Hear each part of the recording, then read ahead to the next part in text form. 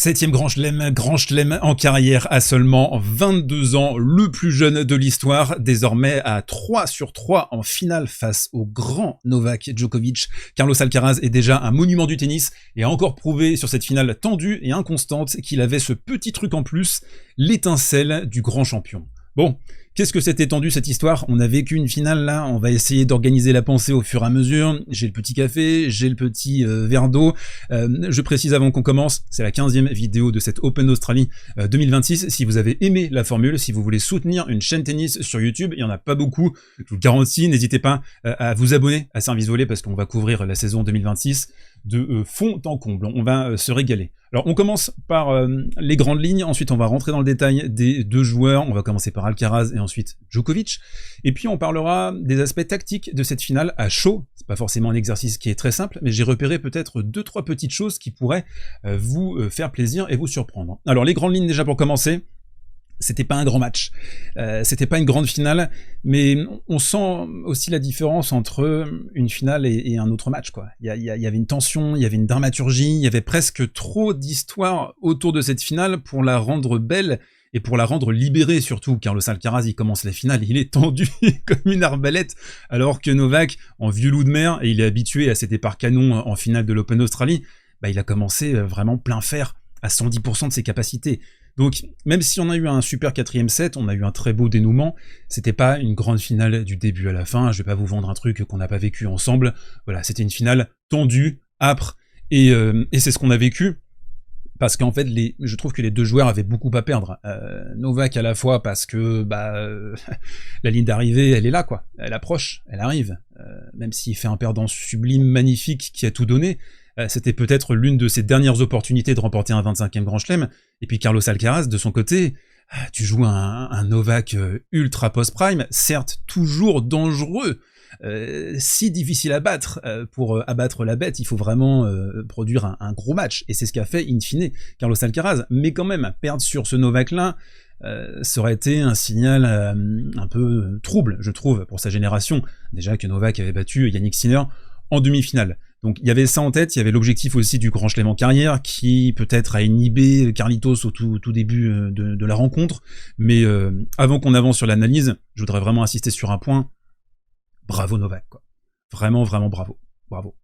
Bravo de montrer autant d'amour pour ce sport, il a plus rien à prouver, il a plus rien à gagner, il a tout à perdre, à continuer à jouer et à perdre sur la nouvelle génération comme ça, il a tout à perdre en fait. Mais non, il continue parce qu'il aime ce jeu, il aime le tennis profondément, fondamentalement, c'est au fond de ses tripes, quoi. C'est au fond de ses tripes. On a parlé aussi des raisons politiques avec la Serbie, je vous renvoie à la vidéo d'hier, mais voilà, en fait, le fait de prendre le risque comme ça, de perdre des matchs face à la nouvelle génération, pardon, c'est un peu ce que Rafa a également fait quand il joue les Jeux Olympiques en 2024 et qui se fait désosser dans son jardin face à Novak Djokovic. Je trouve que c'est très beau, et ça montre aussi à quel point Novak c'est un animal de compétition. On va rentrer dans le détail, avant ça un petit mot du sponsor. CyberGhost VPN sponsorise cette vidéo. Les fuites de données, une navigation facilement suivie chez vous ou en déplacement, franchement épargnez-vous ça avec CyberGhost VPN qui vous permet de sécuriser votre flux face aux regards indiscrets. Un VPN, et je l'utilise moi-même au quotidien, c'est un outil indispensable aujourd'hui, c'est d'ailleurs ce que pensent les plus de 38 millions d'utilisateurs de CyberGhost VPN. L'utilisation elle est super simple, un petit clic et vous pouvez vous déplacer partout dans le monde, ce qui vous permet de débloquer le catalogue de toutes les plateformes de streaming, Netflix, Prime, etc. Ça vous fait plus de films et plus de séries à regarder, et ça, c'est toujours bon à prendre. Au niveau du sport, c'est pareil. En Belgique, en Suisse, en Australie, certains sports sont diffusés gratuitement alors qu'ils sont payants en France. Et bien avec CyberGhost VPN, vous changez de localisation et vous accédez à ces diffusions gratuites. En France aussi, certains sites pour les grands ont été bloqués récemment. Il faut de plus en plus prouver son identité alors qu'on souhaiterait conserver son anonymat. Avec CyberGhost VPN, vous vous affranchissez de ce type de blocage avec en plus une navigation garantie 100% sécurisée. L'autre atout, c'est qu'un seul abonnement peut vous permettre de sécuriser 7 appareils en même temps, votre téléphone, votre ordinateur et même votre console de jeu. Et ce partenariat avec CyberGhost VPN vous offre une réduction de 83% sur l'abonnement plus 4 mois gratuits et vous avez un droit de rétractation jusqu'à 30 jours en plus d'un service client dispo en permanence. Alors un immense merci à CyberGhost VPN de sponsoriser la chaîne, un abonnement chez eux, c'est un soutien direct à Service Volé, alors n'hésitez pas, et nous on retourne à la vidéo. Allez, retour à la vidéo, et on commence avec Carlitos Alcaraz, le vainqueur, et on rappelle, en demi-finale, on a eu des crampes, on a cru qu'à un moment donné il allait abandonner, il y a eu le jus de cornichon, il y a eu tout ce que vous voulez, c'était très très compliqué entre le milieu de la 3e manche et le tout début de la 5e manche où il se fait breaker par Alexander Zverev, et on rappelle, l'Allemand a servi pour le match. Dans la fin de ce 5e set, à 5-4, il était à 2 doigts de la sortie, et en fait c'est un titre, je trouve, qui montre à quel point Carlitos a évolué depuis un an et demi. Au niveau technique, on en a parlé, le revers, l'absorption au coup droit, ça a été très important. Le service aussi, ça a été très important dans ce match, mais pas que. Au niveau mental, je trouve que c'est un joueur désormais qui vit beaucoup mieux les aléas des rencontres. On blâmait souvent son inconstance en début de carrière. Aujourd'hui, je trouve que c'est un joueur qui est capable comme ça de tanker beaucoup mieux les moments de difficulté. Pareil, sur le début du match, il laisse passer la vague sur le premier set. Il attend. On sent que voilà, il n'est pas vraiment dans sa finale, mais il panique pas, il s'énerve pas, il a vraiment maintenu, je trouve, une ligne directrice, une constance, et je trouve que à ce titre-là, il suit la route du Big Three, quoi. Il suit cette route-là. Il assume de changer des choses, d'évoluer, alors qu'il est déjà au sommet du jeu. Et ça, c'est un signe de maturité, mais c'est aussi le bénéfice des générations précédentes. C'est pour ça, moi, c'est un débat qui me dérange, le débat du greatest, du GOAT, parce que chaque génération bénéficie des progrès et des avancées de la génération précédente. Sampras, il s'arrête à 14 grands chelems parce qu'il est arrivé au bout de son histoire, mais s'il avait été poussé par d'autres joueurs, il aurait peut-être continué. Et c'est pareil pour les générations précédentes. C'est toujours comme ça. Donc, on va peut-être avoir un biais de se dire le Big Three, c'est la meilleure génération de l'histoire du tennis. Pas forcément. Repensons à la génération des années 80, pardon, et voilà, on peut pas penser comme ça, je pense, parce que il faut vraiment garder la fresque tennistique dans son ensemble depuis l'ère Open, et chaque génération a bénéficié de la suivante, et on le voit, hein, Carlos Alcaraz, il bénéficie de cette inspiration qu'est Novak Djokovic. Je sais pas si c'était clair ce que je viens de raconter, dans ma tête en tout cas ça l'était. Mais voilà, c'est le signe d'une vraie légende en construction, et en fait, c'est déjà un joueur légendaire, hein, Carlos Alcaraz. 7 grands chelems, vous imaginez. C'est un total qui est dingue. Déjà, à son âge. Alors est-ce qu'il va garder la faim? Est-ce qu'il va garder l'appétit? Est-ce qu'il va continuer comme ça? Est-ce que son physique va tenir? Est-ce que sa tête va tenir? Est-ce qu'il va pas prendre un peu la grosse tête à un moment donné? Est-ce qu'il va continuer à trouver le bon équilibre avec les exhibitions, avec le focus quand même, on le voit un peu plus sur les grands chelems? Est-ce que Sinner va pas retrouver une forme de parade à un moment donné? Voilà, il y a plein de questions qui se posent sur cette saison et sur la suite de la carrière de Carlos Alcaraz, mais à l'instant T, franchement, chapeau, Valoff. Sur cette finale, on a vu un joueur, et ça, on va peut-être commencer tout doucement à rentrer dans le détail technique et tactique de ce qu'on a vécu sur cette finale. C'est un joueur plus complet qu'Yannick Sinner. Voilà, il faut le dire comme c'est. Et surtout plus complet défensivement. Vous avez vu les chops, les slices, les défenses en extension, comment il a poussé Novak à frapper un 2e coup, un 3e coup, un 4e coup. Il est beaucoup plus créatif, et beaucoup plus créatif en défense aussi. Et ça s'est vu. Enfin, Sinner, il est incapable de remettre ce type de variété de balles en défense. Non, il remet la même balle inlassablement avec ses appuis ouverts. Alors ça fonctionne l'écrasante majorité du temps, et ça fonctionne aussi contre Carlos Alcaraz, mais là, en fait, son socle tennistique a volé en éclats en demi-finale. On va reparler peut-être de ça un petit peu plus tard. Mais voilà, le fait d'avoir laissé passer la foudre, cette espèce de stabilité mentale, moi ça m'a vraiment subjugué. Je l'ai trouvé sublimissime aussi dans le 9e jeu du 4e set, où là tu vois que Novak amène la foule avec lui, et tout le monde serait tombé face à ça. Tout le monde. Novak qui défend comme un chien, Alcaraz à ce moment-là, il comprend bien que tout autour de lui, tout l'environnement veut un 5e, tout l'environnement du tennis et sur la Rod Laver, tout le monde veut que ce match continue. Et non, il ferme la boutique. Chapeau, franchement, bravo. Et ce qu'on voit aussi, c'est que c'est déjà l'un des joueurs les plus complets de l'histoire du tennis. À son âge, pas en fin de carrière, à son âge, il a que 22 ans. C'est dingue. C'est dingue. C'est dingue. Le tennis a beaucoup de chance de l'avoir. Vraiment. J'insiste. Parce que c'est un joueur unique, spécial, solaire, créatif, défense-attaque, amorti, les services au corps. C'est un gars, et puis surtout être capable d'être hyper décisif dans les moments importants, de jouer son A-game quand ça compte, quand l'essentiel des humains tremblerait. Non, Carlos Alcaraz, il se magnifie dans ces instants. Alors parfois, oui, il y a un truc, ça déborde, le génie déborde du vase, et on a l'impression que parfois il fait un peu n'importe quoi, mais ça fait partie de son ADN. C'est un joueur qui tente, qui crée, qui y va. Et ça c'est vraiment son ADN. C'est pour ça que c'est un joueur qui est sublime. Je peux comprendre que certains restent un tout petit peu hermétiques à la proposition. De toute façon, personne n'est... Il n'y a aucun joueur qui fait l'unanimité. Même Roger Federer, même Rafa n'ont jamais fait cette unanimité. On parle justement d'un joueur qui n'a pas toujours fait l'unanimité, c'est Novak Djokovic. Et bah, il faut le dire, il y a un circuit avec Novak et sans Novak. Il y a un tableau, des tableaux avec Novak ou sans Novak. Et sa performance en demi-finale, même si là, on est à chaud sur la défaite en finale, et bah oui, forcément, on reste sur une petite amertume, petite déception, si vous êtes un grand fan de Novak et que vous attendiez un 25e Grand Chelem, mais ce qu'il a sorti en demi-finale, c'était un cadeau pour le tennis, un cadeau pour les fans, un cadeau pour cette ère du Big Three, un cadeau pour tout ce que vous voulez. Vraiment, c'est un animateur éternel et génial du circuit.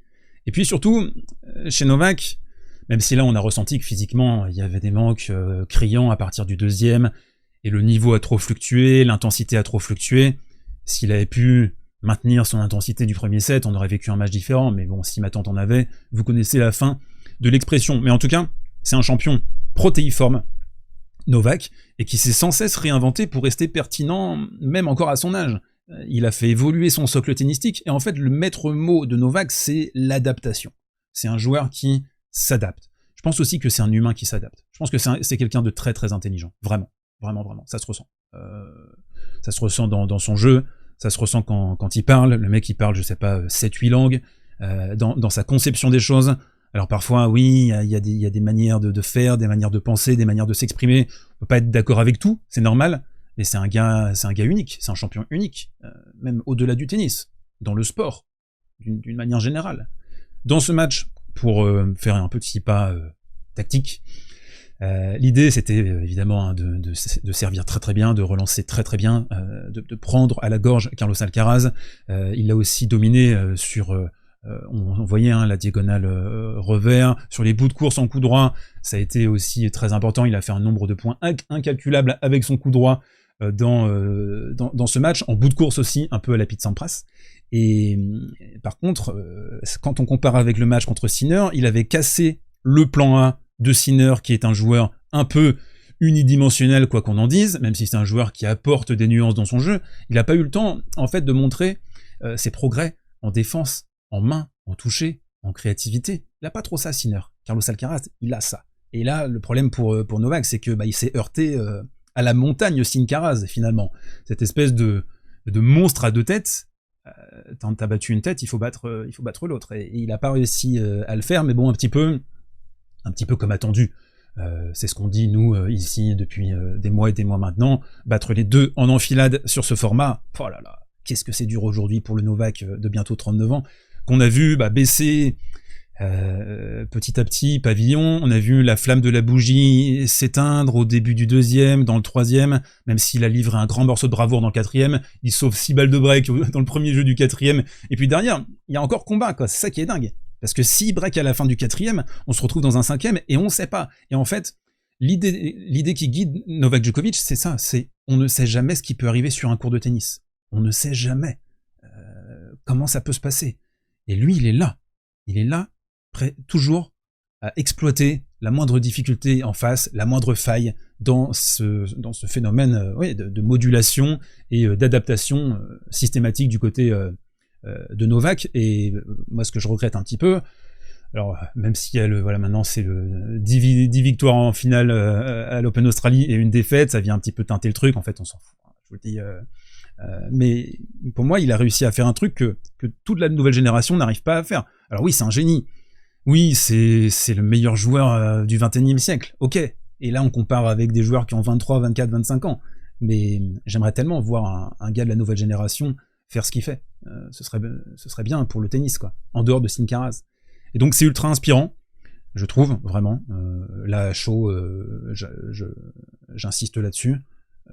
Le joueur qu'il est, l'homme qu'il est, même si je me répète, on n'est pas obligé de tout aimer, de tout prendre, De toute façon, il y a toujours, faut toujours prendre les choses avec des pincettes, avec du recul, mais je trouve que c'est un joueur qui nous fait réfléchir sur notre passion, sur le tennis, sur nous-mêmes, et j'ai envie de dire juste merci Novak. Allez, on rentre dans le détail du match à partir de maintenant, et le premier set de Novak Djokovic, je pense qu'on peut le résumer en une petite palette, c'est cette moue admirative de la part de Rafa Nadal qui était présent sur la Rod Laver Arena et qui a proprement halluciné devant le niveau de Novak Djokovic.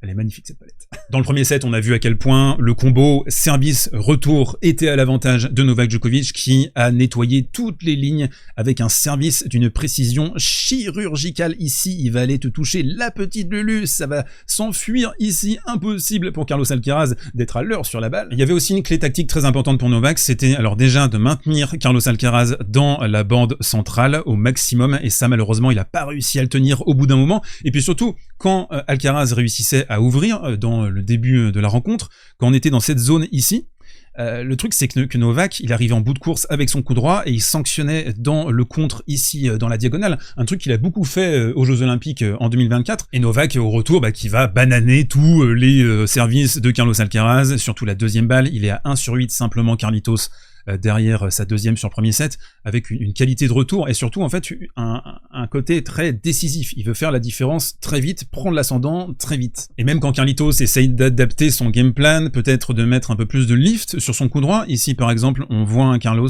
qui va mettre beaucoup de spin ici, et même si Novak est là repoussé à 3 mètres de la ligne de fond, eh bien il va retrouver cette accélération complètement létale dans la diagonale coup droit. Mais malheureusement pour Novak, ce niveau cosmique qu'il a montré sur le premier set, il va pas réussir à le tenir, et dès le troisième jeu du deuxième set, 2 grosses fautes directes en coup droit qu'il avait pas du tout montré sur le début de la partie, et c'est le break pour Carlos Alcaraz. Novak qui va avoir l'occasion de revenir immédiatement, et ça montre aussi à quel point ce plan de jeu il est très risqué, et il faut une exécution parfaite, millimétrée, cousu main pour pouvoir y arriver. C'est pour ça aussi que quelque part ce tournoi là, il y a une forme de miracle dans ce qui s'est passé. Il joue pas contre Mensik, Musetti qui abandonne alors qu'il est mené 2-7-0, et aussi contre Yannick Sinner, il est passé vraiment dans un trou de souris. Là, il y a cette opportunité d'aller faire mal à Carlos Alcaraz, mais le coup droit, il va sortir en longueur. Ce début de set, il va être très important pour Carlos Alcaraz parce que ça va lui permettre de se libérer physiquement et se libérer en défense, en faisant des courses.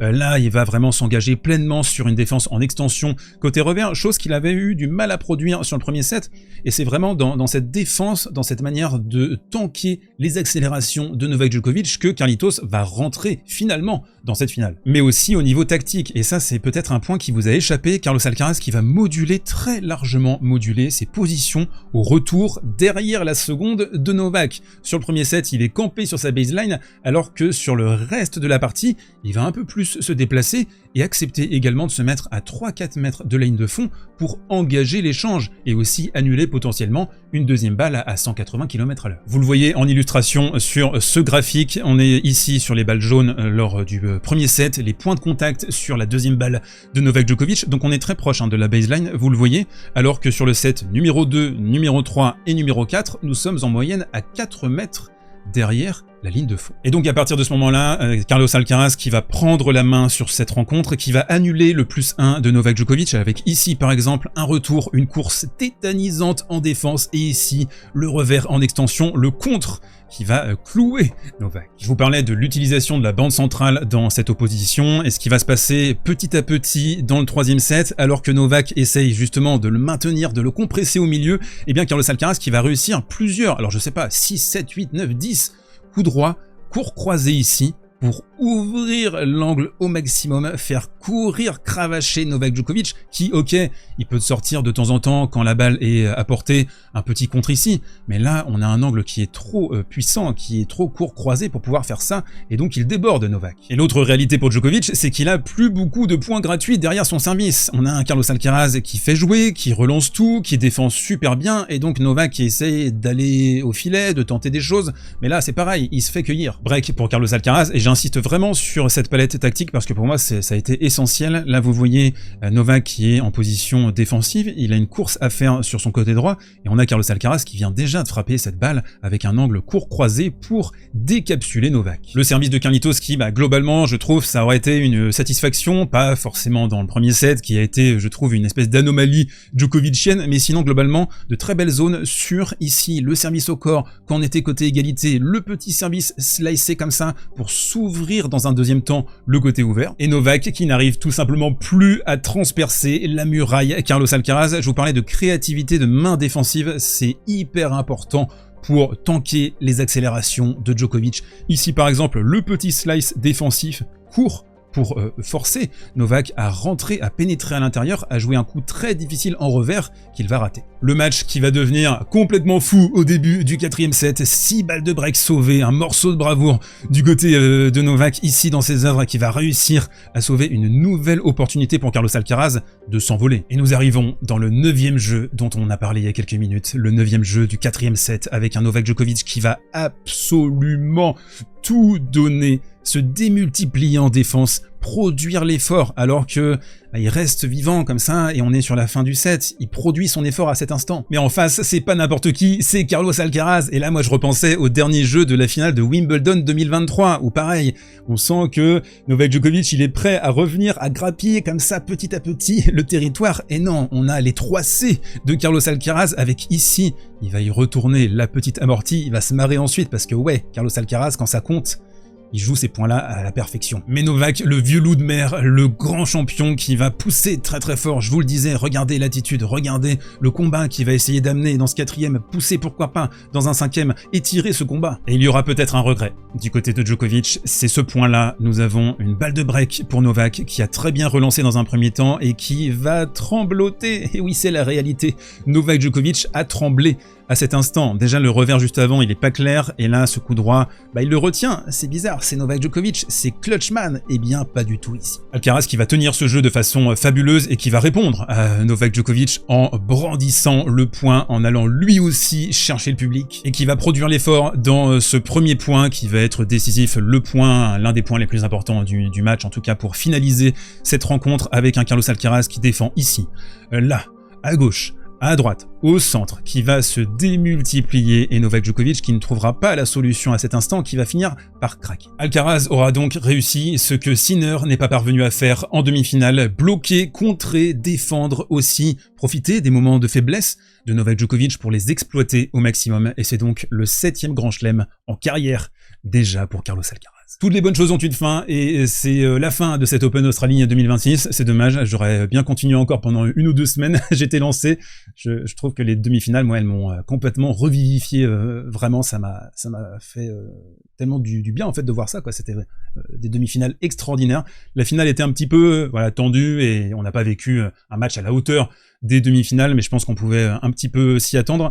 Je voudrais terminer, je pense que c'est important, par un remerciement pour vous, de continuer à regarder mes contenus comme ça, celles et ceux qui ont regardé toutes les vidéos religieusement depuis le début de cette quinzaine, je vous dis merci, franchement, parce que moi, cette chaîne-là, elle est faite en solo, mais j'estime qu'on est un peu sur une relation 51-49, voilà, c'est moi qui produis les trucs, mais c'est vous qui donnez du sens et qui donnez de la vie à ces vidéos, donc un grand merci à vous, vraiment, j'insiste là-dessus parce que c'est vous qui permettez à Service Volé de continuer, voilà, tout simplement, par votre soutien, par le crédit que vous m'accordez sur ce que je peux dire, ou partager avec vous. Parfois on a des sensations, voilà, il faut essayer d'organiser sa pensée avec le cœur bouillant, le cœur chaud, c'est pas toujours facile, parfois il y a des erreurs qui sont commises aussi, je l'accepte bien volontiers, mais on essaie de progresser jour après jour. Donc merci à toutes et à tous, c'était l'Open d'Australie 2026 sur Service Volé. Ciao. Un grand merci à CyberGhost VPN d'avoir été le partenaire de cette vidéo. C'est eux qui me permettent de continuer à vous proposer ce type de contenu. Avec CyberGhost VPN, vous sécurisez votre navigation, vous débloquez le contenu de toutes les plateformes de streaming, satisfait ou remboursé pendant 45 jours, alors n'hésitez pas.